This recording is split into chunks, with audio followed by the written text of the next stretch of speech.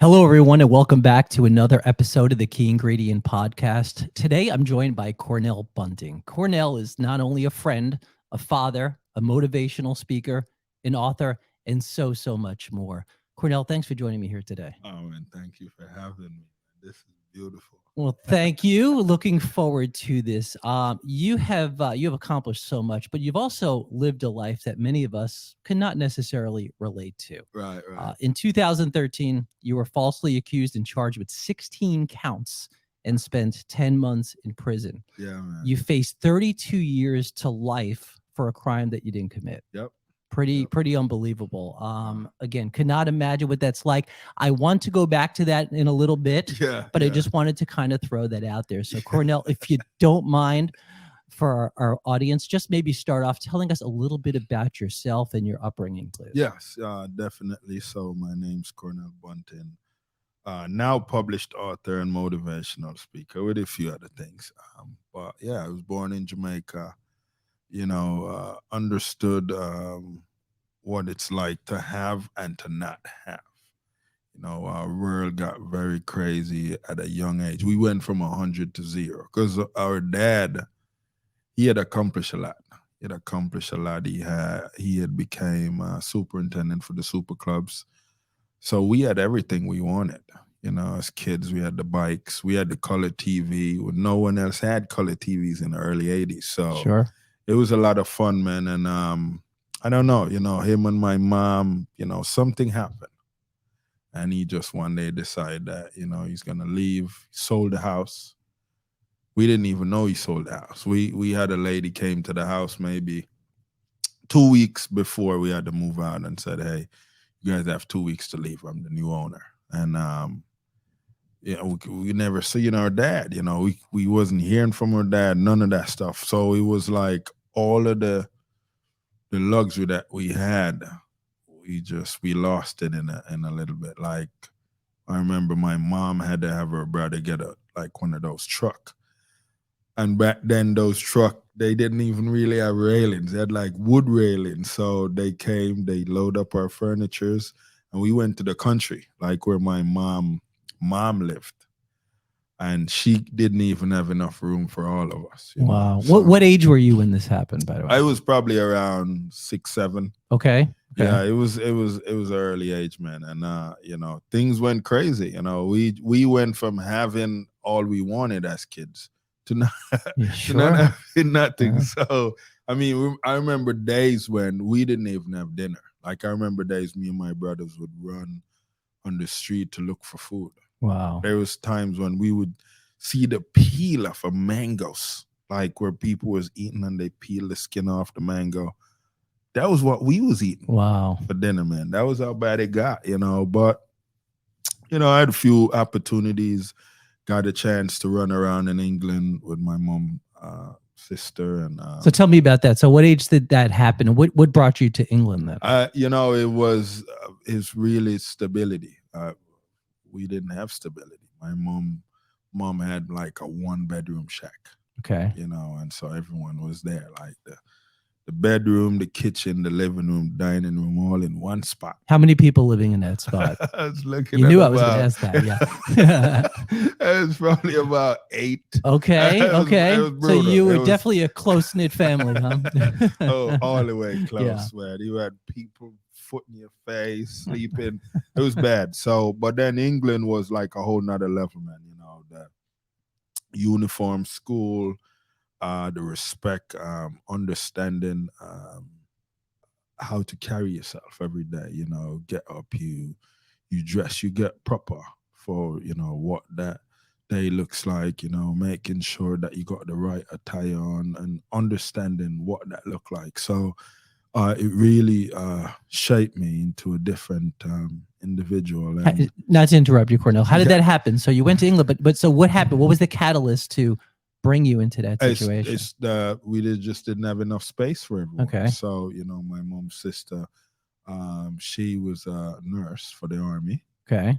and she said, "Hey, I'll take you all this." And that's how I Oh, got that's that okay. opportunity. Yeah. Wow. Okay. So that's how we ran into that space, and it was a lot of fun. It Yeah. was a lot of fun. I got into English literature.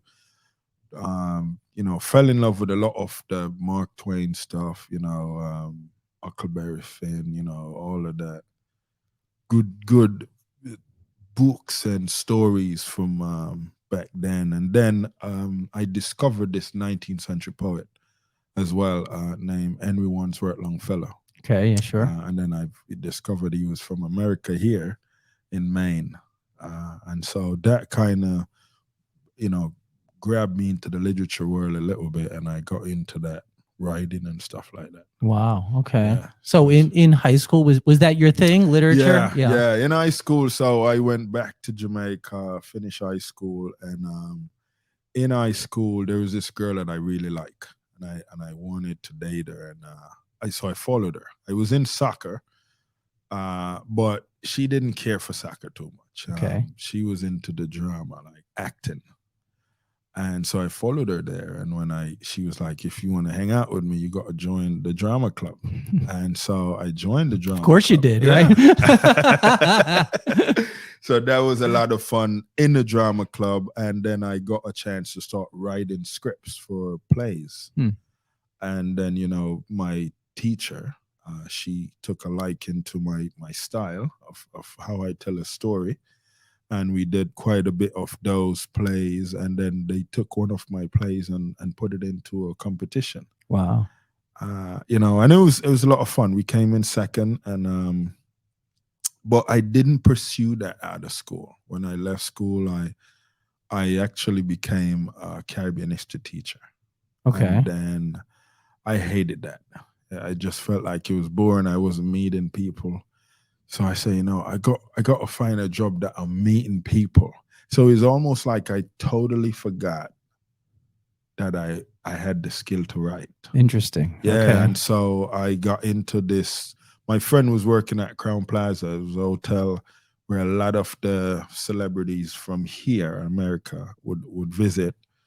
And he was like, hey, man, your personality would go well with this resort, And I was like, okay. So I went for the interview, and I was so excited about the place. I could not stop smiling. And this lady was like, are you ready to work? Like, she was so take to how I was. Sure. She was like, I'm like, oh yeah, I'm ready to work. She's like, you ready to work right now? She literally hired me, put me to work. I was working there. So at the time I went to the interview, I start working maybe an hour and a half later. Did you really? So what was your role there? Bellman. Okay. Bellman. Okay. So Bellman is where you meet guests when they pull up at the resort. You get their luggage, you take them to their room, you tell them about the resort a little bit, and surrounding areas that they can go and enjoy themselves. So I had so much fun with that. I probably did that for over 16 years, man. Did you really? Okay. I did. Wow. All right. I was locked in because, after they sold the Crown Plaza, and I had me on a contract. And so they were like, hey, we can't pay you all the contract. So we're going to get you a job in Captiva. Okay. So I came to Captiva Island. So that's what brought you here. That's what brought me Okay. here to What year was that? Roughly? That was in 2000. Okay, so 2000. Okay. Right the year before those planes flew into the buildings in New York, and 9/11. Yeah. Yeah. So that was wild, and but it was a lot of fun. I love meeting people. I love just helping them to have a memorable vacation, whatever that looks like. Okay. So. We had a lot of fun with that, and I just kept going, man. Okay, so what happened after that? So you were in Captiva as a bellman. Yes. So Captiva, and then Charlie happened a couple of years later. Sure. Charlie destroyed Captiva, but before Charlie destroyed Captiva, I decided I wanted to stay in America. So there was this girl I was messing with, and she wanted to, tie the knot with me so I could get my papers. Okay. So we did that, and then she got pregnant, So it was a whole lot of stuff happened. But when Charlie came, we were discombobulated, and she didn't tell her parents that we were married. So I couldn't go to her parents' house to stay with her. I had to go to New York, stay with my family in the Bronx. Okay. And Found out that she, decided she was gonna move on with another guy, and man, that put me in a crazy headspace. I was crying. I was emotional. Sure you were. It Yeah. was the first time my cousin slapped me so hard, just slapped the crying out of me. Yeah. Like, what are you doing? He was like, dude, you're in New York. I get you a girl. It's okay. Girls do that. Right. And from there I was like, okay, I can do this. And I got with some girl that owned a clothing store up there, and then she helped me to get back down here because I still had to get my papers. Sure. Like, I still had to go to the immigration to do my interview, all that stuff. And but they denied me the first time. Okay. They looked at both of us. I'm like, it's no way you guys was married, like legit. Right. Was, they could tell. Yeah, it was brutal. And they were like, well, you got to prove to us that this is legit. And so it almost like they forced us to get back together. Okay. And she moved back into my condo I had in Fort Lauderdale. And from there, she ended up getting pregnant, and Okay. I had to put her on a lot of stuff. And all the requirements they told me I needed, I did all that. Her getting pregnant, having baby, they didn't look at none of that. Really? Stuff. They saw my son and they're like, yep, give me my papers. It was wild. So, and then a couple years later, I became citizen, and I said, you know what? Now I can go after, opening my own company, go back to school, all these different things, because I wanted to have degrees here. Sure. My degrees from the Caribbean was not equivalent to the American degree. So I had to go, I did information technology, got my degree there, and discovered that I could do very well in security. What age were you when you went back to school here? I was probably 28. Yeah, not easy to do that at 28 with children. And yeah. So security. So let's go into that. Yeah, we got into the security world. So originally I was supposed to do internet security, network security, but I wasn't getting jobs in that area. I was getting jobs in physical security. And so I had to start hiring more physical security guys to do clubs. So like bouncers and yes, yeah, okay. Yes. So, and I was getting jobs from here all the way to Miami. Okay. Very busy. Every week was really busy. And but I would go with my sales guy to get a lot of these jobs. Like I would, say, hey, we could do it for this, and so we get most of the jobs we went after. Okay. And my competitors didn't like it. Yeah. So that's so I'm going to stop you there because that's kind of the build up to the story, right? Yeah. So let's expand on that. So your competitors didn't like it. Right. And what happened after that? So basically what happened for me, so it started, we had signed 3 contracts with some I don't know, people call them Wabi, but they're like, guys from like Abu Dhabi or whatever. Okay. That area. And so it was like hookah lounges, bar, but one of them had some drama with some type of engine for a vessel boat or whatever. And so I think it was fitting for my competitors to say, you know what, let's use that to try to maybe set him up. Now, I'm just telling you this because I discovered all this after, but at the time, I had no idea what was going on. And so when I had there was this one guy that worked for me that I gave him a lot of locations. I gave him a lot of jobs. I wanted him to make money so he could, pay for his wedding and all these things. And but that was the guy they used. They paid him to fabricate a story. And so I remember when I had recruited, I don't know, like 30-something guys, we did an orientation, and they were trying to make that orientation like that was when I was planning to go kidnap some guy, him and his workers, and kill them, rob them, all this. So they claimed you were looking to kidnap and kill somebody. Yes. Okay. So basically what happened, before, we got there, I wanted to sit down with these new guys that I had signed, with, and say, hey, this is a good security to have at you guys' location. I had sent him to an event that they had there, and they didn't like that he had a knife, like he had one of those little pocket knife with Yeah. him, and they saw all that, and the owner said, I don't want that guy there because he came with weapons and stuff. Mm-hmm. Because really, when I hired him as a weapons security. He had his G license and stuff like that. Okay. So with that, I told him not to do all that, but he didn't follow instruction. But I still liked him. I still wanted to give him another chance. And so you know what, let's have breakfast. We'll reevaluate, what's going on with you.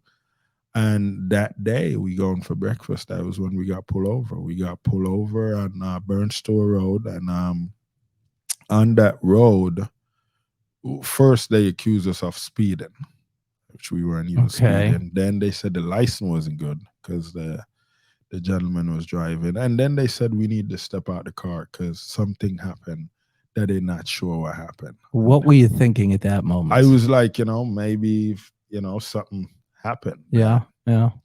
They didn't want us to get into our drive to wherever that something had happened. I was kind of lost. Sure, of course you know. So, well, it happened so quickly, and you just you don't tell them things. Sure. And then they brought me to this room, like it was like a question room or whatever. And then they came and they're like, where's the body? And I'm like, what is happening right now? So you have no idea what they're talking about. Yeah, it was weird. It was the weirdest thing. Like they're throwing all these things, and I'm like, whoa, slow down, you guys. I'm so confused. But then I realized that they had something serious was going on, and I said, you know what, man, just get me to the jail or whatever, and let me get my attorney or whatever, see what's really going on here. Wow. Yeah. So they kept me overnight.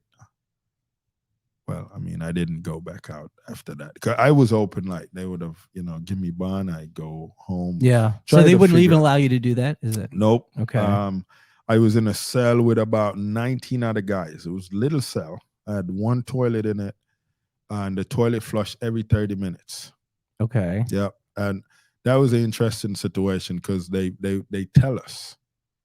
This guy, I don't know what happened. He couldn't keep whatever he had going on in his stomach, and he went and used it, and it was bad in there. Mm-hmm. It was bad, and we couldn't get out. And so one guy hit him, tell him to sit on it, keep the thing down. Yeah. It was crazy, man. So, but it was like, man, there's this world going on that I've never seen this type of world. Of course. So it was a lot of new stuff, interesting. Some of it was funny because I just find funny in stuff, So I was like, okay, man, we're gonna get through this tomorrow. We'll, go in front of the judge, and so I'm thinking I'm going in a courtroom. Nope, they gave me a orange suit, like a drum suit. Wow. And I said, you go to first appearance, and but it was on a TV. Okay. And they're calling out these charges, so I sat back down, and the guy was like, what are you doing? And I'm like, well, they're calling out some charges on some other stuff. I don't know what that is. They're like, that's your charges. What? How? They're calling out 8 counts on the solicitation, 8 counts on the conspiracy. And I was like, I think you guys have the wrong guys right now because I have no idea what you guys are talking about. So, but yeah, they hit me with those charges, and then I didn't have a bond. They said there were so many holes on your bond, you can't bond out. Okay. And so I had to sit there. Then they send me up to the 4th floor of maximum security. Wow. This was where I met some serious, real criminals, like 3 life sentence, 2 life sentences. Oh my God. Guys, like these guys were back on appeal, trying to take some of their sentence off, Yeah. I'm still confused. Like, so what was okay? So let me ask you a question. Yeah. So when you walked in there and you're seeing people who, like you said, serious crimes, right? What was it like? You walk in this room, everybody's probably staring at you. Oh, they were, because so what I didn't know, because in jail, all they show them is the news. Mm-hmm. I was on the news for 3 days. They did this whole story on me where I guess I had body bags, going to, we had zip ties, we had all these things. I'm like, what? So everyone else is hearing this, right? Oh yeah, yeah. Did that help you? I mean, as Oh, it far as did. I mean, It did. I would imagine Oh, it would. it Yeah, helped me in a huge yeah, way. sure it They would. they thought I was a dangerous man. That's what I mean. Yeah. When I got in there, these guys were taking commissary from other people and giving it to me because it takes a while to set up your account. And so you can spend $50 every week. And basically what that is just, little chips, honey bun, all these Sure. different things that you can get. And so it took maybe close to 3 weeks to get my account set up and stuff. But yeah, the guys were taking people's stuff and giving it to me. And then I found out that they were taking other people's stuff. I'm like, no, guys, it's okay. Yeah. But they're like, Dread, everything good, Dread. We got you, Dread. Like it was, but I was really angry because I was losing a lot of money and I didn't really know what was going on. Sure. Wow. I was lost. So it was really when, my attorney came and he said, hey, this is racial driven. There's a lot of stuff going on. We got to get you out so we can fight this. And, we worked through it. It took them about 9 months to lift the whole off the bond. So for 9 months you were in prison. I was in there for 10. Okay, 10, right. Yeah, 9, they got the whole lift. Okay. Took me another couple weeks to put the money together to bond out because the bond had went down to $365,000. Okay. So I had to get 10% of that to bond out. So I had to sell some stuff and sure. So bond out. But in that time when I was there, we had a lot of stuff unfold because maximum security, you only get about an hour a week outside looking at the sky. So you're not seeing around, you're just seeing up. Sure. That's it, because the walls are that high. And you're on the roof, like you're on the roof of the jail and stuff, and you have guys that still watching you. They call it like a rec yard, and so anyone wanted to duke it out, that's when they would get a chance to duke it out because you couldn't fight down there. I mean, you could fight, but when they would do lockdown and they'll check your knuckles. And if your knuckles had any red on it, they put you in the box. Oh, really? Okay. Oh, yeah. They didn't even ask you if you was a part of it. If you had any red on your knuckles, like you hit someone, you go in the box. Interesting. And the box is terrible. You probably could go. I mean, I had this one guy that was cool dude with me. Got in the box. He went crazy. He went crazy maybe after 2 weeks. They put him in the box for 3 months.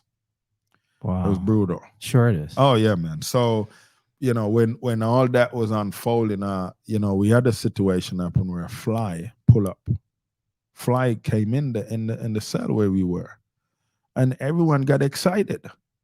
They're like, yo, where did this fly come from? Because you don't see no cracks nowhere. Yeah.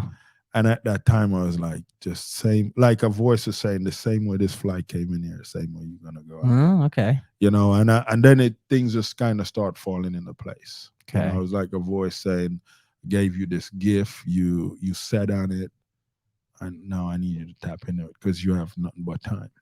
Okay. Interesting. So I start buying writing pads, and I just tap back into my writing. Wow. Okay. Yeah. So what happened after that? From there, I wrote like about 4 books. And then let me stop you for a second. How were the charges dropped? What was that situation like? So the charges didn't drop yet. Okay. So because that got dragged out for 3 years. Okay. We did about 14 pre-conference trial. They wanted me to take a plea deal. They didn't want to go to trial. I said, guys, I can't take a plea deal.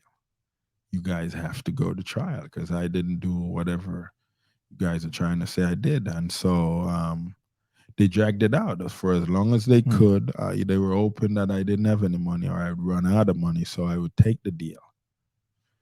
But I hang in there by my neck, man. I remember, after I'd been out and I was going down to maybe my last $1,000. I remember sitting down with my attorney, like, listen, man, I'm in the weeds here. Sure. You need to get us in the trial, man. And so it just happened that week.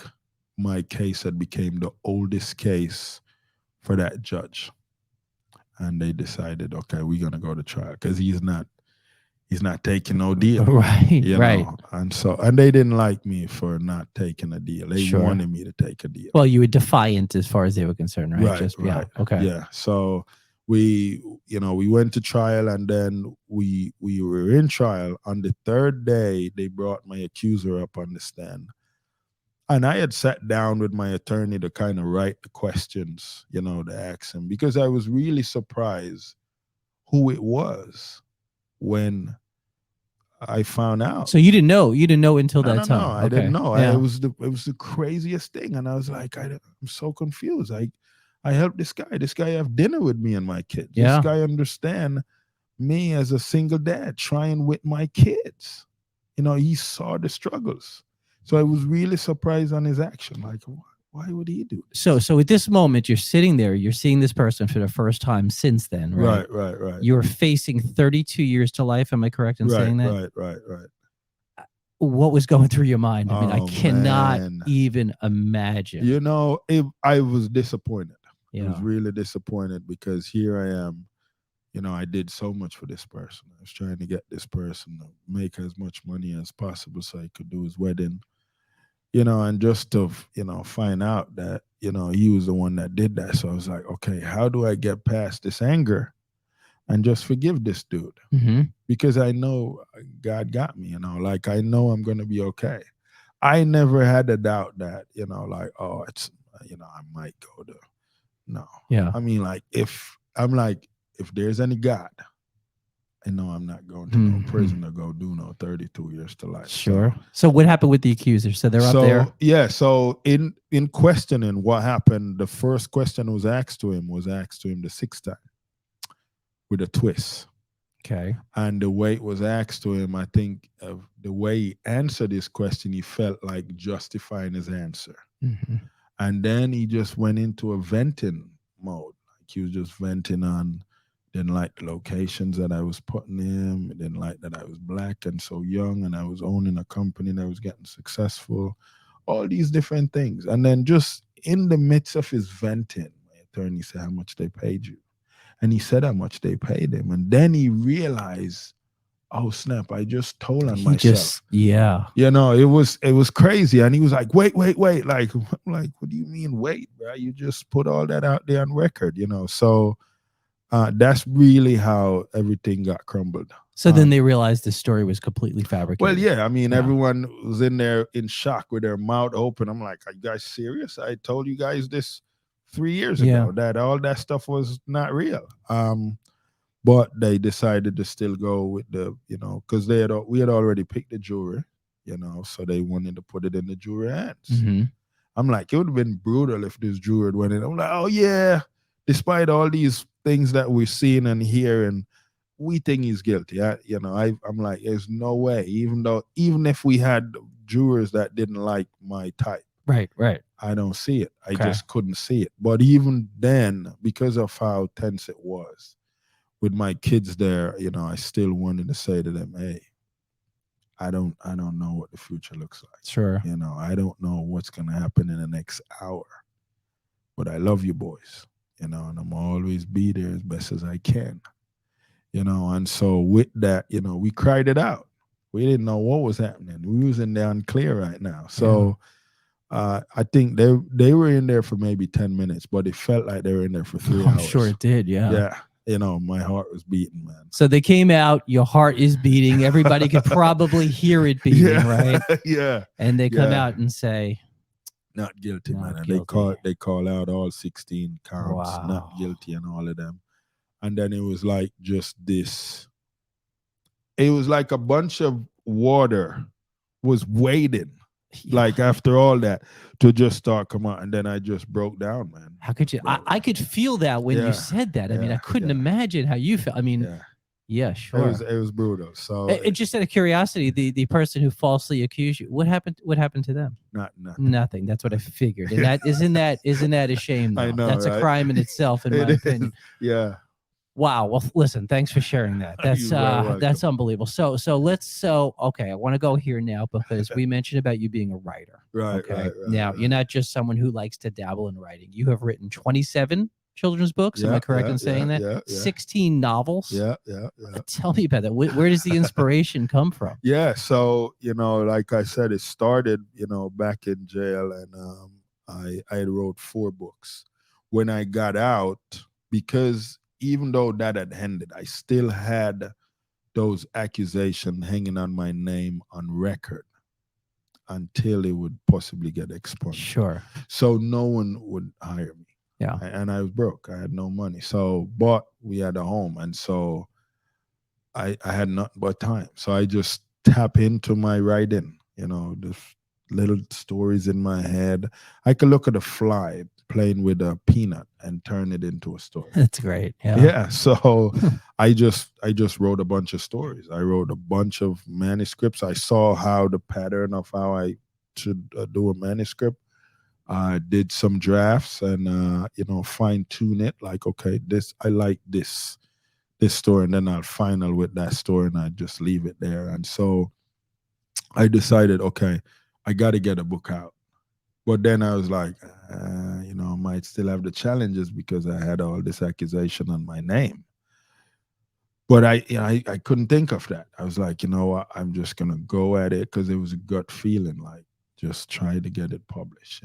So I got it Sure. published with so I decided I'm gonna put out Lion with No Roar first. So Lion with No Roar is like this kid's story, but it has my hidden story in it because I'm Leo, consider myself a lion.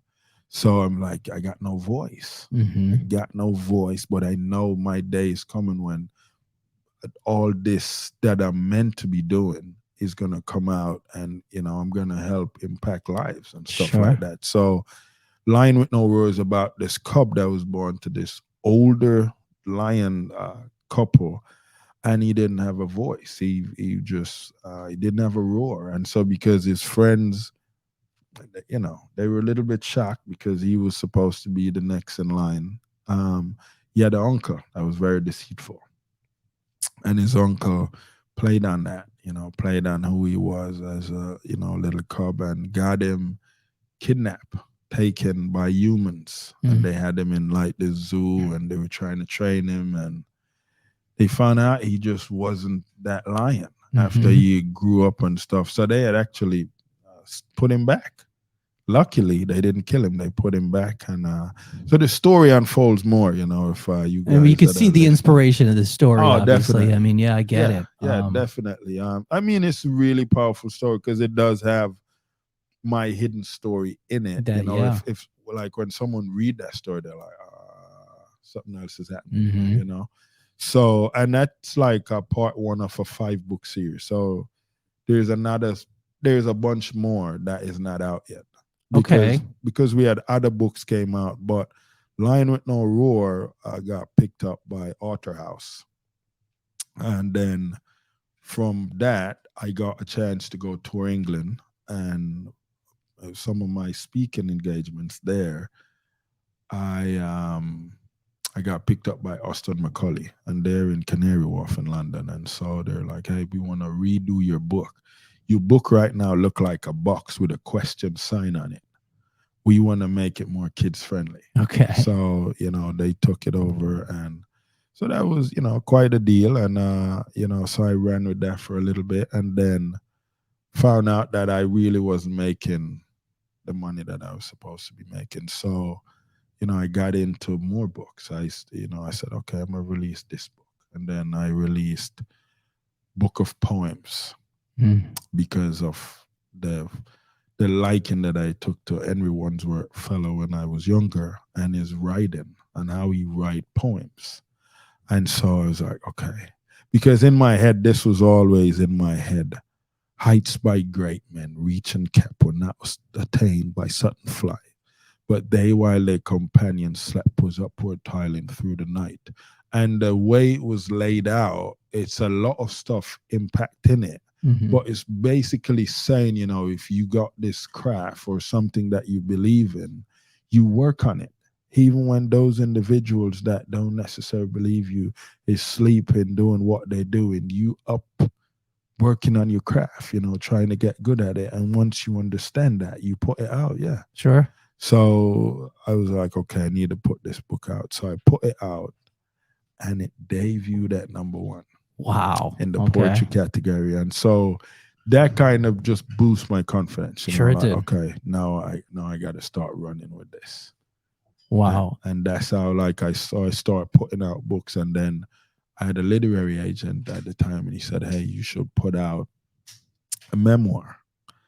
And the memoir would highlight the 10 months I was in jail facing 32 years to life, and when I died for 60 minutes. And I know that's like, We didn't even get to I that. know. I mean, that You is a get to story in that. itself. Yeah, But that is a story in itself. But that book came out, and that book spent a whole month at #1. wow, So congratulations. yeah, so that was beautiful. Escaping a life sentence. Okay.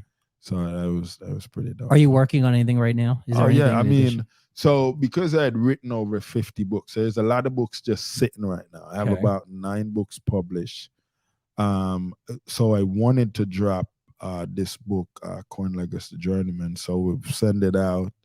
We had a British publisher that was going to be putting it out, but I had to put a hold on it because of what I had going on with my nonprofit organization, EAS. Yeah, which I definitely I'd like to get into that. Yeah. Yeah. So but we're still going to be dropping that novel. So Corn Legacy Journeyman definitely will be dropping sometime, this summer. And we'll see what that looks like. Hopefully it has a Game of Thrones type of feel to it.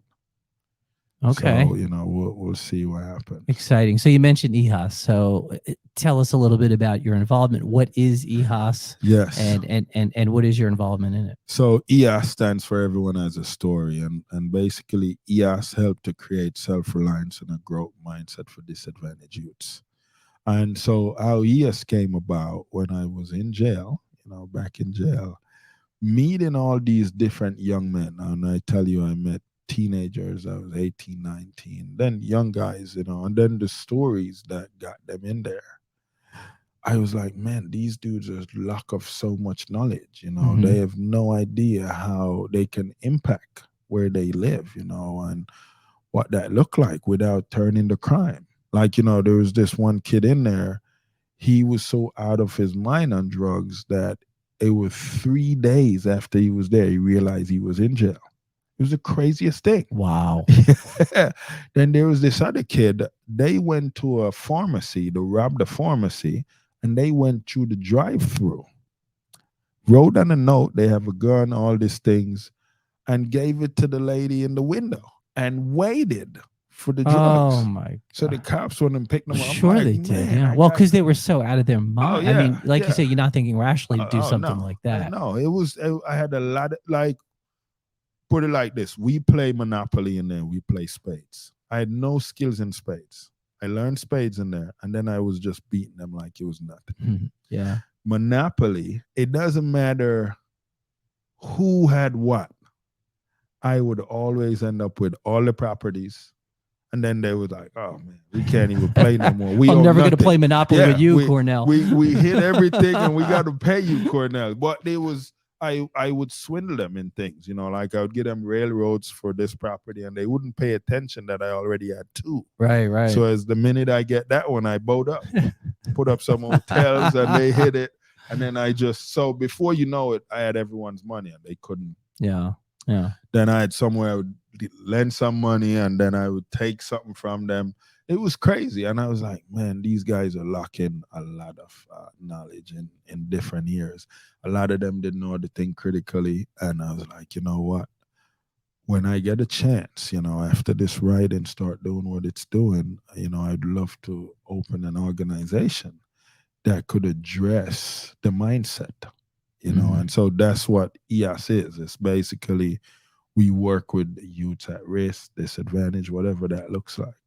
And we bring them, so we touch on how to think critically, what financial literacy looks like, an entrepreneur,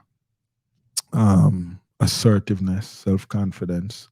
We touch on the different areas that a school don't do. Yeah. At what age do you usually start? So we start at 9. Okay, so age 9, yeah. 9th grade all the way Okay. up to through college, Okay. just because everyone needs, a little bit of shortening, help them understand this area. Sure. Of Right. course. So that's how EAS got birthed. So in 2020, I had filed for my 501c3, and I was told that's going to take a while. So I was like, I won't launch the organization until I get that. So I didn't get that until 2002.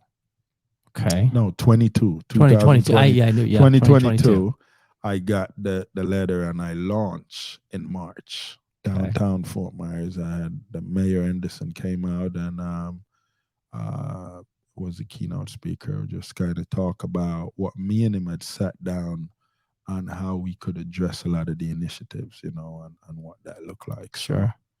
that's what EAS is. And so now what we do, we go into these different institutions, schools, we work with these youths, and we bring them that knowledge and what that look like. And so now we just became a vendor with Department of Juvenile Justice. So we haven't really started getting government money yet. Sure. Been using my own money. So Okay. this year we have our first fundraiser coming up where we'll get an opportunity to raise some money to do a lot of what we're doing, like to, put the workbooks together, to maintain the online course so they can go online, do their courses, get their certificates saying, hey, I complete this. So now I kind of more understand how to do this or to do that. Sure. And we address mental health in a huge way. Yeah, I would imagine so. But this is still in the early stages, obviously. Yeah. But what's interesting is, as you mentioned, you have an event coming up. It's a golfing event. And how many golfers do you have? So right now, we're open to have. I wanted to have 144. Okay. 144. Okay. Yeah, but it's still around a lot of people. Oh man, that's an expensive course. Sure. But right now we have about 90 something golfers. So for this early stage, kind of thing that you're working on, you have 90 golfers. I mean, that's a big deal. That's a lot of people. Oh yeah. That's pretty amazing. So it's huge. So let's kind of conclude here, if you don't mind, Cornell, because your story, and listen, I appreciate you sharing all that with us. And some of those things are probably not fun to have to kind of keep repeating, but what's next for you? You've done so much already. What is next? I mean, I'm assuming you dream big. Oh, definitely. Yeah. Definitely. So EAS, we already expanding with EAS because I discovered some homes in Jamaica where these kids needed help as well. So we're opening a branch of EAS in Jamaica as well. And the government is coming on board to help with that. And then, of course, trying to put that on autopilot. I have a great team. Shout out to the whole EAS team, everyone that has been helping that to really move and function. All the sponsors that have gotten behind what I'm doing, seeing the power behind, what we do and how we impact these youths. And so with that, once I get that on autopilot, then I start focusing back on my personal brand, which is a multifaceted artist, between my clothing line, the video games that have concept, the gameplay, and the brand, speaking. Like I want to move from where I'm making $4,000 every speaking to 50 grand. Sure. I know that takes a while. So we working on all that. Yeah. So I know you and I have had separate conversations on that. I think yeah. that's amazing. Oh, definitely. Listen, wow, great story, Cornell. Thank thanks for sharing this. Not only did you go through a lot, but Yes, you've maintained a positive attitude. Is very obvious. Oh, definitely. In a time where it was probably not easy to stay positive. Right. And I know through your faith and through your family and other ways you managed to do that. So I want to personally thank you for this. I want to also thank you for all these wonderful things you're doing and giving back. Yes, sir. I think that's a huge thing. So I wish you continued success. Yes, sir. And I really enjoyed having you. Thanks again. Man, I enjoyed it. It was a lot of fun. Thank you. Thank you, Cornell. Yeah.